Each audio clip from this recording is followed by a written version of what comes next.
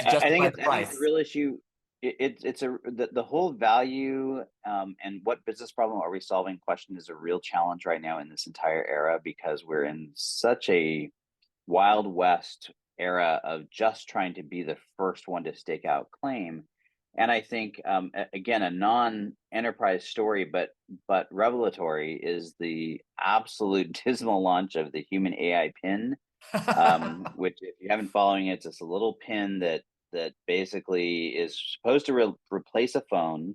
And this was their classic mistake, I think, because that's their vision of the world. They're trying to replace the phone. They have no connections with either iPhones or Android, so it's a standalone device. But it also means that it has no apps. It is supposed to be voice only. It has this little visualization thing that projects onto your hand, which apparently just hasn't worked really well. And I think what the big lesson, I mean, forgetting the consumer side of it, right? The big lesson, if I'm an enterprise leader, is that do not get swept up in the hype of all of this and make sure you're solving a real problem. I think, the big takeaway for human AI or humane AI, the pin, is that they're solving a problem that nobody had, that Mhm. nobody was really looking for this. We use our phones. We're happy with our phones. We're looking for, we want to have, something better than Siri, right?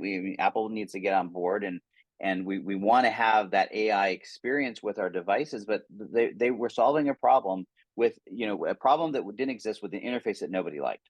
It's like, it doesn't take a rocket scientist to figure out that that's probably not going to go well.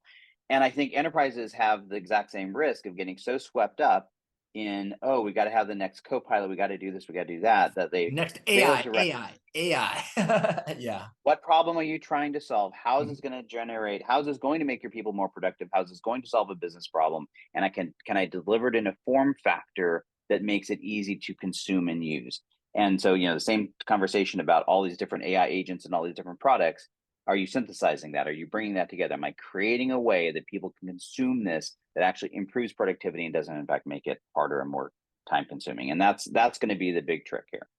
Yeah, I wanted the Humane AI pin to be more useful just because I'm a Trekkie. And it reminds me a lot of, the Star Trek communicator and things like that. But the honest truth is that it's not ready for prime time. In practice, it reminds me a little bit of the Magic Leap AI, which also was supposed to project these things and make everything look amazing, but nobody could figure out what to use it for. And I think this has a similar problem. Just very, I will say, in some cases, very impressive tech, but it's not a product in the sense that nobody's asking for this and nobody knows how to use it.